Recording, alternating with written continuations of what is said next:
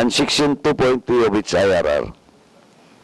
The project was not confirmed by the Local Development Council or LDC, the NIDA Board, or Investment Coordination Committee, violating Section 2.7 and 2.8 of the IRR. Irregularities in the bidding and procurement process. The invitation to apply for eligibility and to bid was not properly published as required by law, limiting competition and transparency. The IAEB lacked pre-qualification requirements, submission deadlines, and clear bid evaluation parameters in violation of Section 5.2, 5.3, and 5.4 of the BOT Law IRR. The bidding process appeared prearranged with irregularities that cast doubt its fairness and legality. The winning bidder, the Aqua Data Incorporated, was awarded the contract despite failing to meet pre-qualification criteria for legal personality, technical experience, track record, and financial capability.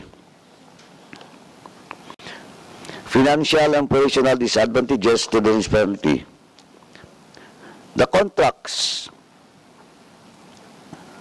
which is 95 to 5% revenue sharing scheme in favor of Aqua Data, lack legal and financial justification. The municipality accumulated the net loss of 34.2 million pesos from 2008 to 2013 due to unjustified expenses passed on to the local government. Aqua Data imposed an 18% interest on a 20 million financial assistance, which was deducted from the purchase price without express authorization. The sale of the BWS facility was conducted through an underpriced and illegal negotiated sale. Failure to define Aqua Data's obligations. The contract failed to define in clear and equivocal terms Aqua Data's obligation, justifying its disproportionate revenue share. There was no substantial improvement to the water system aside from chlorination. Payments lack supporting documents, including official receipts from the Bureau of Internal Revenue in violation of Section 4.6 of Presidential Decree number 1445. Even after the termination of the contract, the municipality of Buwan entered into an illegal holdover agreement with Aqua Data under the same terms, prolonging financial losses. These findings clearly indicate serious lapses in governance, procurement, and financial management. Why did no municipal official oppose the contract that was clearly disadvantageous to the people?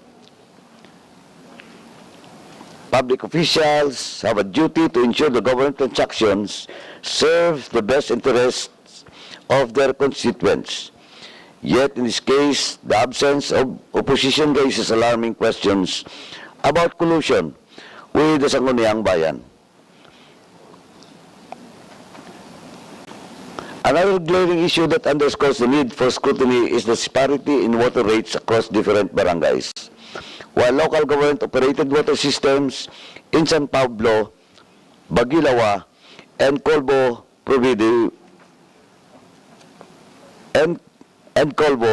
provide water at significantly lower rates, ranging from 16.67 to 23.25 pesos per cubic meter. The subject provider, Aqua Data, charges an exorbitant 35.79 per cubic meter, according to reports. This stark difference suggests that the residents are being unfairly burdened with higher costs despite the availability of more affordable alternatives. The committee has determined that this agreement was awarded in a manner that placed private interests above public welfare. The blatant and brazen nature of the corruption suggests a disturbing lack of fear or regard for oversight mechanisms, such as the Commission on Audit and other government agencies. This kind of corruption must be stopped, and a firm example must be set to ensure the corrupt officials who drain the nation's resources for personal gain are held accountable. The people deserve leaders who will uphold the right to fair and reasonable access to essential services. However, through the actions of Mayor Ryan Dulor, the residents were deprived of affordable water while the municipality was denied rightful revenue.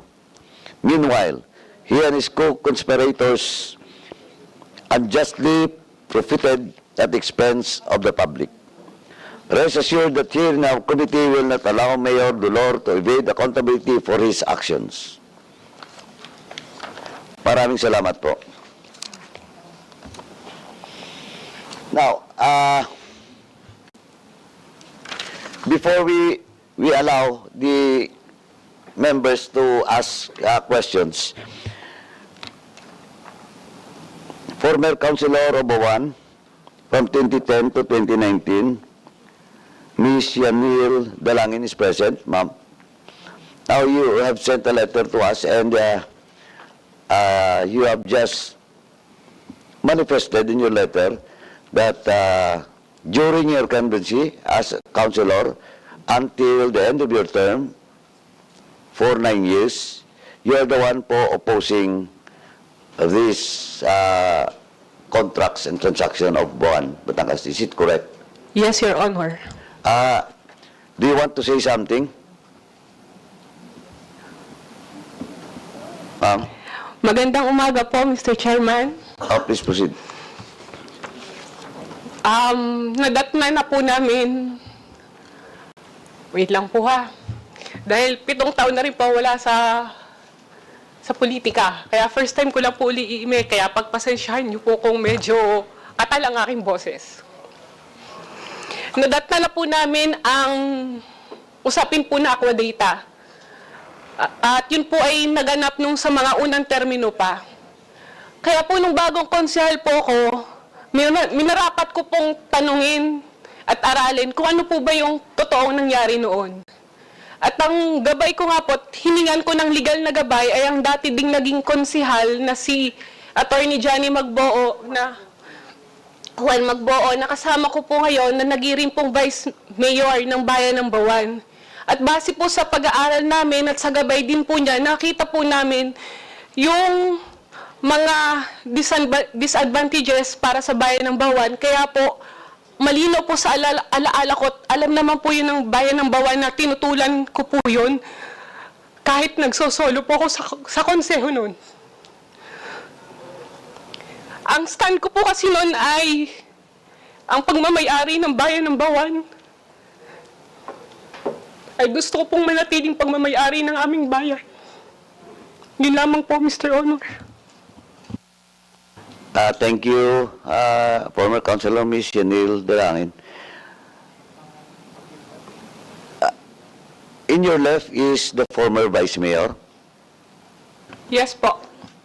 Vice, kindly. Mr. Chairman, ang si Attorney Johnny Magboo po kasi nag-suffer ng severe stroke last year po. As in severe po, na naapektuhan din po ang kanya pong memory. Kaya po sa ngayon po, wala po talaga siyang katayuang makapagsalita at masabi po yung mga pinaglalaban niya po noon. Sige po. Thank you po. Thank you, Ms. Yanil. Anyway, anybody wants to speak doon po sa mga first time na dumalo sa hearing na to? Wala. Anyway, before we proceed, let me acknowledge the presence of Representative Berylio Lacson in the Zoom representing Manila Teachers. Boss, thank you for coming po. Thank you for joining us. Now, since almost all the municipal officials of Juan Batangas is not present today. Only here are the head of office, no, and staff of Juan Batangas. But of course, we will not let it go. We'll proceed in a while for the admin matters if we will have